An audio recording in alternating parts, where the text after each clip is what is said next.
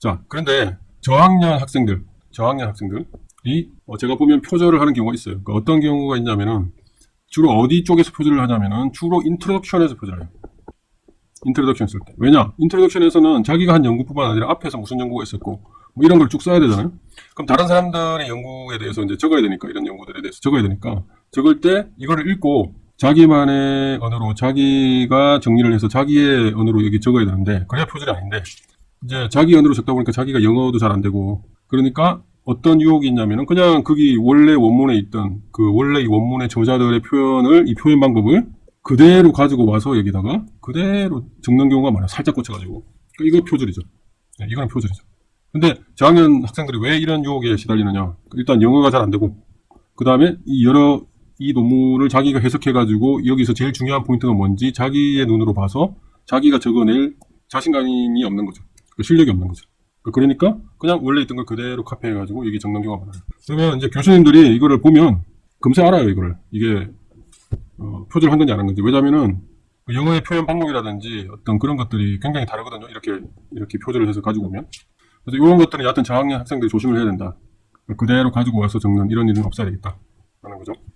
그 다음에 아까 제가 그 의도와는 상관없이 이게 문장이 같아지면 그냥 운이 없는 거고, 운이 없지만 여하튼 그거는 표절이라고 제가 말씀드렸는데, 여기서 이제 우리가 한번 생각해 봐야 될 게, 그러면 확률상 특히 짧은 문장은 같아질 확률이 있지 않느냐? 예, 충분히 있죠.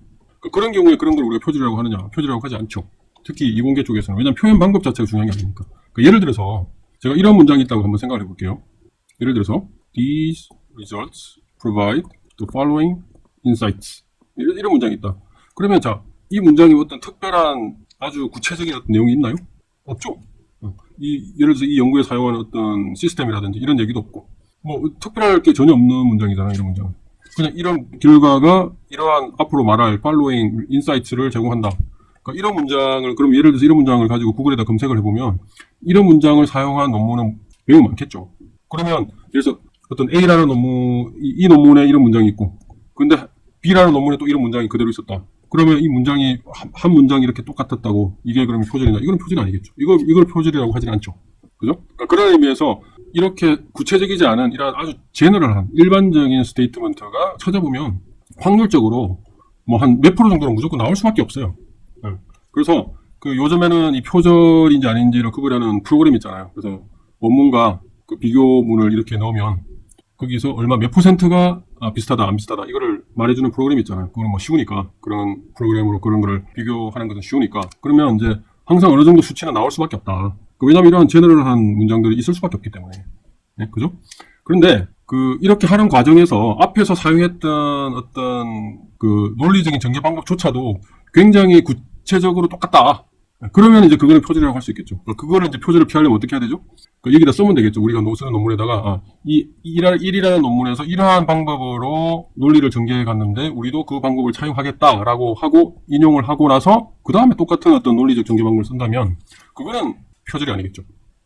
여하튼 여기서 이제 포인트는 뭐냐면은 너무나 일반적인 문장들은 확률상 똑같은 문장이 나올 수밖에 없는 게 있다. 그러니까 이런 걸 가지고 우리가 이런 걸 인용 안 했다고 표절이라고 하지 않는다. 왜냐면 이건 너무나 일반적인 거잖아요. 예를 들어서 이런 문장들은.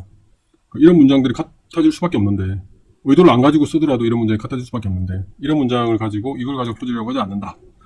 자, 그 다음에 또 이제 하나 생각해야 될 거는, 자, 아까 제가 저학년 학생들이 특히 인트로덕션 같은 걸 적을 때, 원래 이 인용해야 될 이 논문 안에 있는 그 표현조차도 그대로 가지고 와서 쓰는 경우가 있다고 그랬죠. 왜냐면 영어에 자신이 없고, 글 쓰는데 자신이 없고, 이거를 요약해가지고 자기가 쓰고자 하는 내용에 딱 맞게 쓸 자신이 없기 때문에.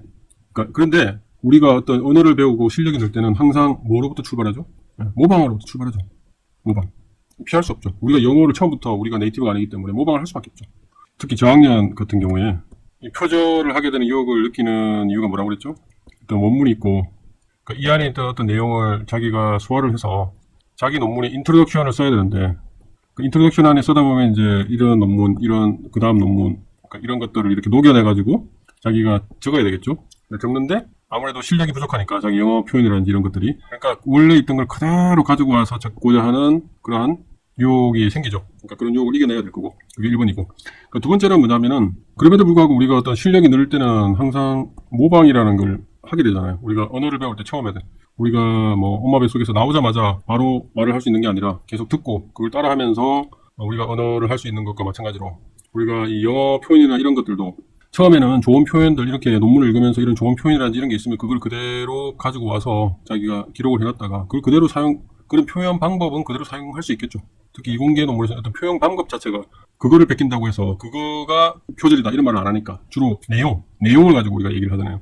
자, 그래서 처음에는 모방을 할 수밖에 없고 그러니까 모방을 할 때는 특히 구체적이지 않은 어떤 표현 방법 그리고 일반적인 문구 이런 것들은 어떻게 보면 자연스럽게 모방을 해서 쓸 수밖에 없다. 그리고 그게 실력이 느는 길일 수도 있다. 그래서 이 표절과 모방을 우리가 잘 구분을 해야 되겠다. 그래서 이걸 이제 구분하는 방법 중에 하나는 일반적이어야 된다는 거죠. 일반적. 그다음 구체적이지 않은 어떤 표현 방법이라는 거죠.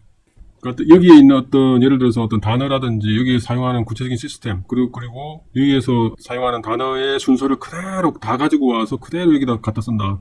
그러면 그거는 표절이죠. 근데 그게 아니라 예를 들어서 이 논문에서 사용했던 이러한 표현 방법에서 나는 이제 다른 이 논문의 내용과 상관없이 다른 걸 이행을 하는데 거기에다가 예를 들어서 그냥 내가 말하고자 하는 단어를 이렇게 넣어서 완전히 다른 내용을 말을 한다. 근데 표현 방법을 그대로 가지고 쓴다. 이거는 저는 표절이라고 보지를 않아요. 우리가 인문학적인 게 아니라 우리가 지금 과학기술 논문이잖아요. 과학기술 논문을 쓸 때 충분히 이렇게 할 수 있다. 이렇게 하면서 실력이 늘 수 있다. 모방을 하면서. 그래서 표절과 모방 이걸 우리가 잘 구분을 해야 되겠다라는 거고